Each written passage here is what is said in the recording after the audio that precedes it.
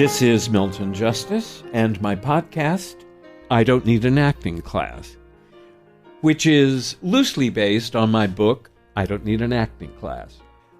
A little bit about this whole idea and me and my teaching. The general knowledge that we all have is that the father, mother, god of acting is Konstantin Stanislavky.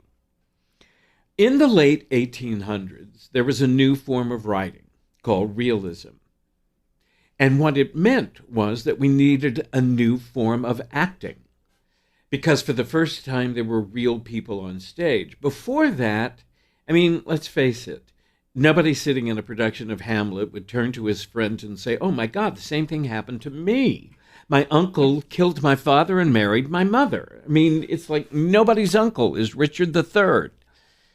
It's a little bit like watching an action movie today. You're not really worried about a Terminator.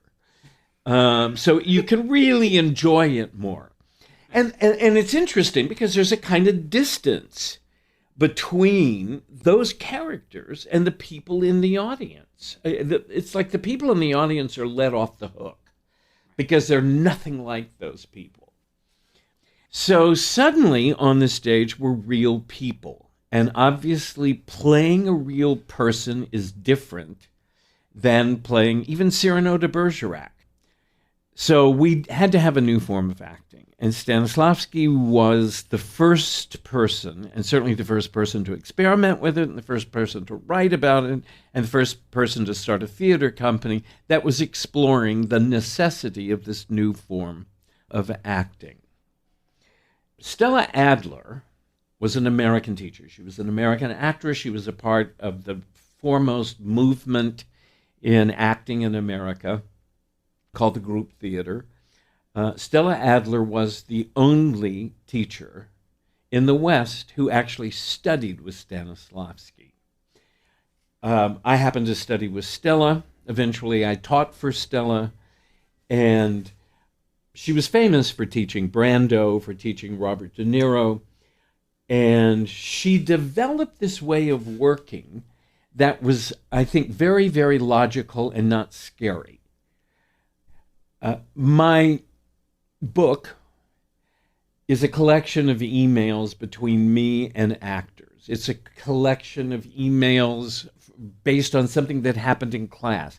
The people I talk about are people that it doesn't matter that you don't know who they are, but you know who they are because you're like who they are. Stella started working with Stanislavski for a very, very specific reason. The group theater was in Paris. They were all meeting Stanislavski, who took a walk in a park every day. And everyone in the group theater came up and introduced themselves to Mr. Stanislavski, and Stella refused to go meet him. And as she told the story to us, she said, and then finally Mr. Stanislavski came over to me and he said, "Why aren't you coming to introduce yourself to me?" To which Stella replied, "You've made me hate acting." According to Stella, he paused for a second and said, "Come to my flat tomorrow afternoon." And so, for the next 6 weeks, Stella Adler went to Stanislavski's flat in Paris every afternoon, where they worked on a system of acting. What's interesting is Stella took a secretary with her, no fool Stella, who took notes. Stella said that the notes were Stella asks, Stanislavski answers. Of course, this was the late 1930s. Nobody had Xerox. Nobody even used carbon paper. There was only one copy. And so it was lost ages ago. I often thought, God, wouldn't it have been great if Stella and Stanislavski could have emailed each other? At any rate, what Stella brought back from her study with Stanislavski was a very, very big term, which Ilya Kazan, who was a famous director, he did On the Waterfront, Streetcar. Kazan said when Stella Adler returned from Paris, from having studied with Stanislavsky, she brought back the term given circumstances, and he said it affected my entire career. He said it changed everything. What it meant was that every play came from the conflict of every play, the characters in every play came from the given circumstances of the play. And that was the stimulus for everything that happened. And it's interesting because up until that point, because everybody had been studying with Lee Strasberg, the focus was on the emotion of the character, not the given circumstance of the character. Which was why, by the way, that Stella had said to Stanislavsky, "You've made me hate acting." She was absolutely violently opposed to the idea that in order to act, I have to go into this inner depths of my life and relive my sister vomiting at Thanksgiving dinner. In fact, Stella brought that up to Stanislavsky about why she hated acting, and he said, "Oh, I abandoned that idea long ago." He said it didn't work. It made actors uptight, which was a really important thing. What he found was he was looking for a way of working that freed actors.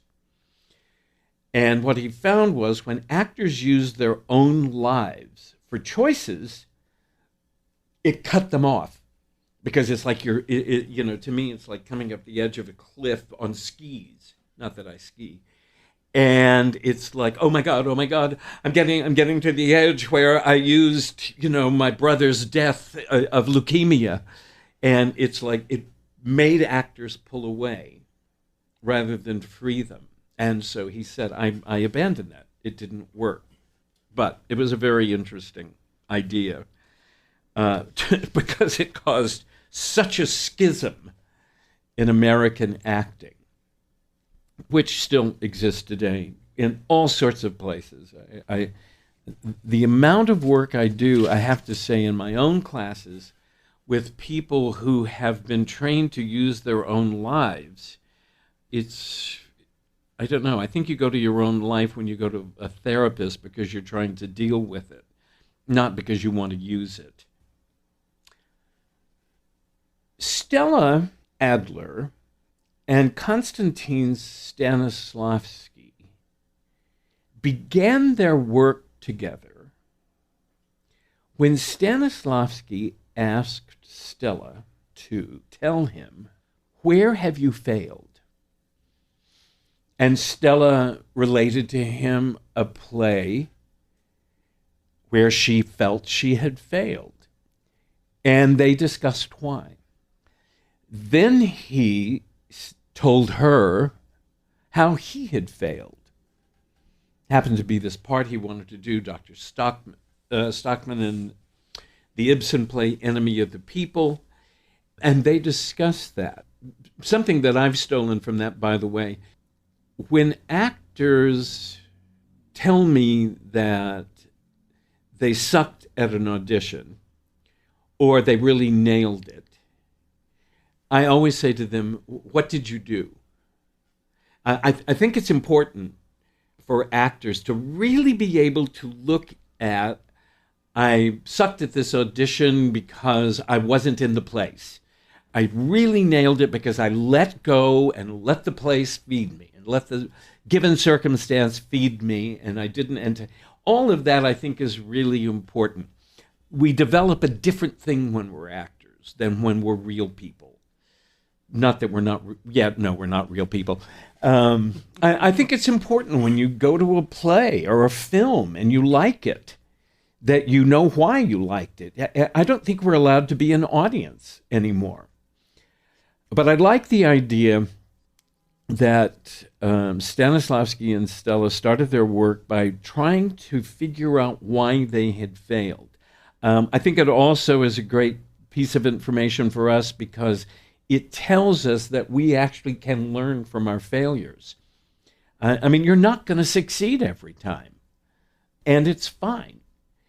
As long as you sit back and say, yes, I didn't get this. I didn't this. I don't think I got that moment clear. And those are really important because then you can solve it.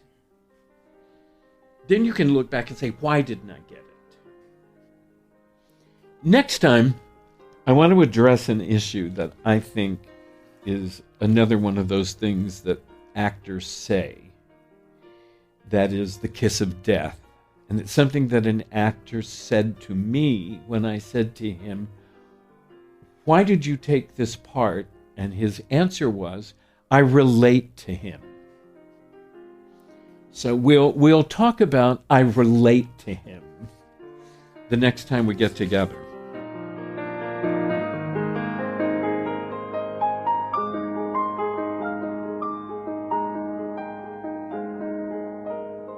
Hi, everybody. It's Walker Vreeland. I'm the producer of I Don't Need an Acting Class with Milton Justice.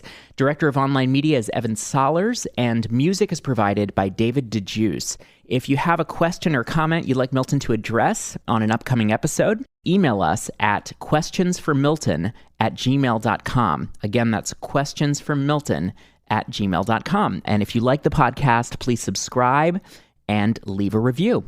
Thanks so much for listening.